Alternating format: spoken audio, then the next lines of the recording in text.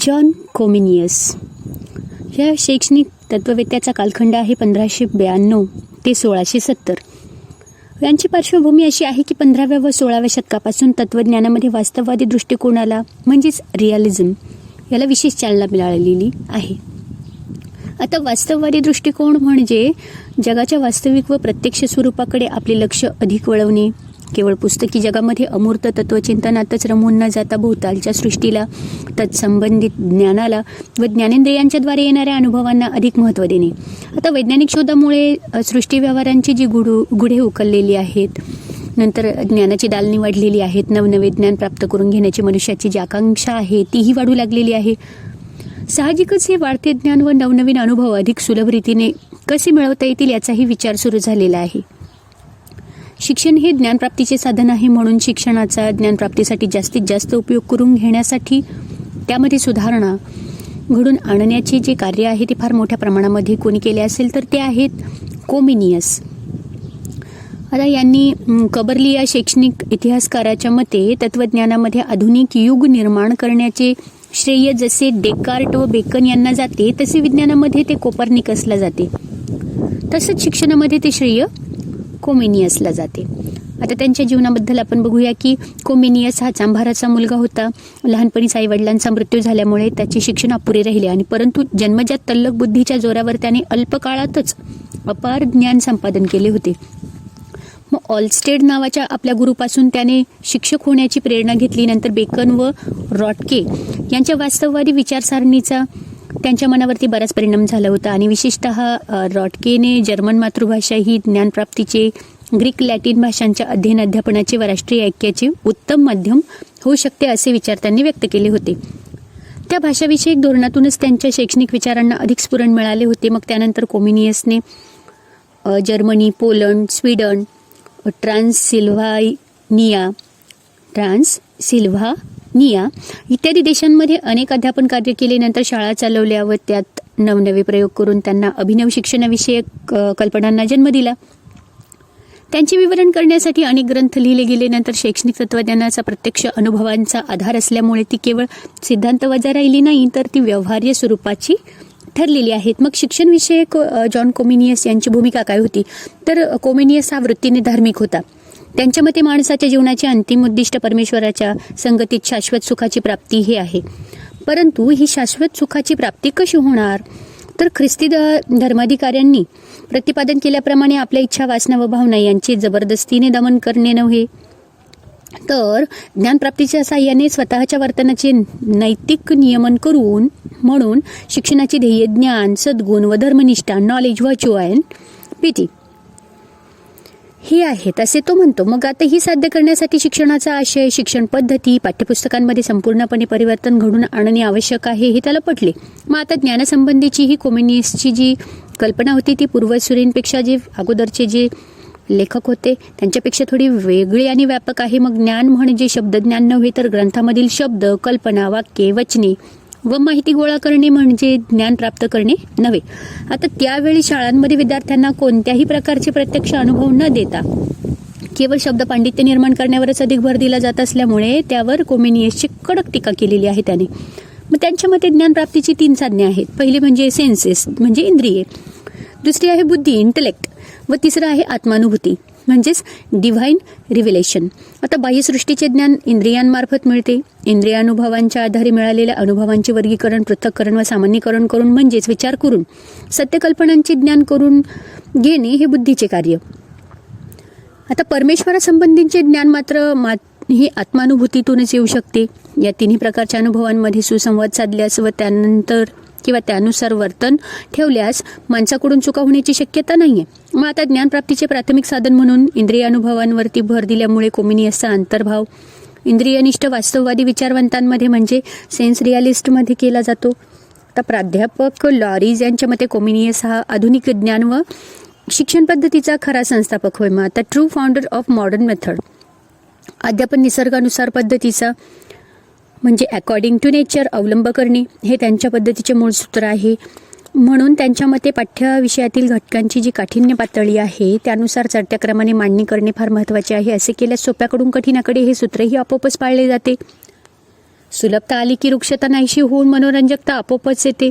शिक्षण सुलभ व मनोरंजक होण्यासाठीच वरील सूत्राबरोबरच त्याने इंद्रिय अनुभवांना अभ्यासक्रमामध्ये महत्त्वाचे स्थान दिलेले आहे. तसेच ते म्हणतात की the ultimate end of man is eternal happiness with God.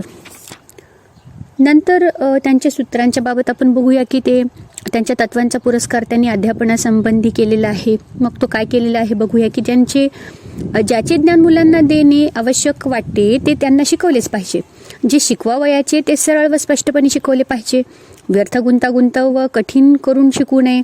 जे शिकवावयाचे त्याचा व्यवहारामध्ये व दैनंदिन जीवनामध्ये कोठे कोठे व कसा उपयोग होऊ शकतो हे प्रत्यक्ष दाखवूनच शिकवावे. कोणतीही गोष्ट शिकविताना तिच्या मुळाशी असलेली सामान्य तत्वे अवश्य स्पष्ट करून सांगावीत. आता कोणतीही गोष्ट शिकविताना तिच्या मूळ स्वरूपावरती प्रकाश टाकावा, तिचा उगम व विकास स्पष्ट करून सांगावा. कोणत्याही वस्तूची माहिती देताना तिच्या प्रत्येक घटकाचे, मग तो कितीही लहान का असून्या, मग त्याचे स्पष्टीकरण करावे व ते करताना त्या त्या घटकाचा क्रम, त्याचे स्थान व त्या सर्वांचा परस्परांबद्दल देखील समजावून सांगावा. परस्पर संबंधही समजून सांगावा. मग कोणत्याही विषय मुलांना पूर्ण समजल्याशिवाय सोडून देऊ नये. अर्धवट ज्ञान अधिक घातक असतं. नंतर प्रत्येक गोष्ट ही आळोपाळीने किंवा पाळीपाळीने शिकवावी. एका वेळी एकच गोष्ट शिकविणे योग्य असतं. नंतर ज्या गोष्टी एकाच वेळी शिकविण्याचा प्रयत्न केल्यास गोंधळ होण्याची शक्यता अधिक असते. म्हणून एका वेळेला एकच गोष्ट शिकवली पाहिजे. मग आता ज्ञानामध्ये निश्चितता व सुस्पष्टता येण्यासाठी वस्तूंचे ज्ञान देताना वस्तूवरील फरक दाखवून देण्यावरही भर दिला पाहिजे. मग आता या तत्वांच्या आधारे आपल्याला विद्यार्थ्यांमध्ये विविध प्रकारची कौशल्य कशी निर्माण करायची, प्रश्नपद्धतीचा वापर कसा करायचा, मुलांचे अवधान कसे खेचावे या मुद्द्यांवरही त्यांनी उपयुक्त सूचना केलेल्या आहेत. की या पद्धतीसंबंधी कोमिनियसने व्यक्त केलेले जे मौलिक विचार आहेत ते आपण बघितलेच आहेत. की अध्यापन पद्धतीशिवाय किंवा ह्या विषयीची कल्पना ही त्याच्याच वास्तववादी संप्रदायाच्या ज्येष्ठ व श्रेष्ठ बेकन याने पुरस्कारलेल्या उद्गामी पद्धतीपेक्षाही कशी वरचढ आहे हे सहज आपल्याला दिसून येईल. आता मातृभाषेचा पुरस्कार व भाषा शिक्षण पद्धती त्यांच्या मते काय आहे ते म्हणतात की ज्ञानप्राप्ती ही सहज सुलभ होण्यासाठी म्हणून कोमिनियसने आणखी एका मुद्द्यावरती भर दिला आहे आणि तो म्हणजे अध्ययन अध्यापनामध्ये लॅटिन ऐवजी मातृभाषेचा पुरस्कार करावा. विशेषतः प्राथमिक अवस्थेमध्ये शिक्षण हे मातृभाषेतूनच द्यावे असे आग्रहाने प्रतिपादन केलेले आहे. त्याचबरोबर भाषा शिक्षणासंबंधीही त्याने नवे प्रयोग केले व त्या पद्धतीचा पुरस्कार केला. त्या काळामध्ये भाषा शिक्षणामध्ये केवळ शब्दावर भर दिला जाई. आता तसंच वस्तू अगर कल्पना यांचा अनुभव देण्याकडे दुर्लक्ष केले जात होते. तसेच व्याकरणाच्या नियमांच्याच आधारे भाषा शिकविण्याचा प्रयत्न होत असे. आता ही पद्धती मुलांना कठीण वाटत असल्यामुळे त्यांना भाषा शिकणे जड जात होते. परंतु ते सोपे करण्याऐवजी उलट मुलांना अध्ययनासाठी सक्ती करणे, हे आल्यास शिक्षा करणे अशा उपायांचा अवलंब केला जात होता. परंतु कोमिनियसने व्याकरणाव्यतिरिक्त भाषा कशी शिकावी याचा शास्त्रशुद्ध पद्धतीने निर्माण करून तसेच सविस्तर विवेचन व स्पष्टीकरण आपल्या गेट ऑफ लँग्वेजेस अनलॉक्ड या पुस्तकामध्ये त्यांनी करून ठेवलेले आहे. मग ह्या पुस्तकामध्ये प्रतिपादन केलेल्या भाषा शिक्षण योजनेचे स्वरूप आपण बघूया की मुलांना परिचित असलेल्या जीवनातील वस्तूंचे निदर्शक व नित्यपरिचित असेच काही हजार शब्द त्याने गोळा केले आणि त्या शब्दांच्या आधारे अगदी सोप्या रचनेपासून क्रमशः कठीण व गुंतागुंतीची रचना असणारी वाक्ये तयार केली. शिवाय निरनिराळ्या विषयांचे सुसंगत व क्रमबद्ध ज्ञानही त्यातून मिळेल अशा पद्धतीने त्याची त्याने मांडणी केली. मग निरनिराळ्या व्याकरणशुद्ध वाक्यप्रयोगांची व रचना प्रकारांची योजना करताना त्यातून उद्गामी पद्धतीने संपूर्ण व्याकरणाचेही ज्ञान प्राप्त करता येईल हे देखील त्याने काळजी घेतली. त्यानंतर शिवाय प्रत्येक पानावरती लॅटिन वाक्यासोबतच त्याच्याच पुढे मातृभाषेत त्याच वाक्याचे त्याने भाषांतर करून दिले. मग आता भाषा शिक्षणासाठीच त्याने आणखी एक सोपे परंतु उत्कृष्ट पुस्तक लिहिलेले आहे. त्याचे नाव आहे ऑर्बिस पिक्टस. या चित्रात्मक पुस्तकात प्रथम चित्रे देऊन त्याचे वर्णन शब्दात दोन्ही भाषांमध्ये लॅटिन व मातृभाषेत करून दाखवले आहे. याचा उद्देश हाच की चित्रावरून मुलाला भाषा समजावी, शब्द वाचता यावेत व अक्षर ज्ञान व्हावे. त्याच्या पहिल्या पुस्तकाचे जवळजवळ सर्व युरोपीय भाषांमध्ये भाषांतर झालेले असून कित्येक पिढ्यांसाठी त्याचा भाषा शिक्षणाचे पाठ्यपुस्तक म्हणून उपयोग केला गेला आहे. तर भाषा शिक्षणाच्या आधुनिक पद्धतींची जी बीजे कोमिनियसच्या त्या काळाच्या या कल्पनांमध्ये आपल्याला दिसून येतात. नंतर शैक्षणिक अवस्था त्यांनी सांगितलेली आहे की मुलांच्या मानसिक विकासाच्या अवस्था विचारात घेऊन कोमेनियसने शिक्षणाचा अनुबंध तयार केलेला आहे. 4 प्रकारच्या शाळांचा किंवा शैक्षणिक अवस्थांचा पुरस्कार केलेला आहे. मग त्यामध्ये पहिली आहे शैशव अवस्था, दुसरी आहे प्राथमिक अवस्था, तिसरी आहे माध्यमिक अवस्था व चौथी आहे महाविद्यालयीन अवस्था.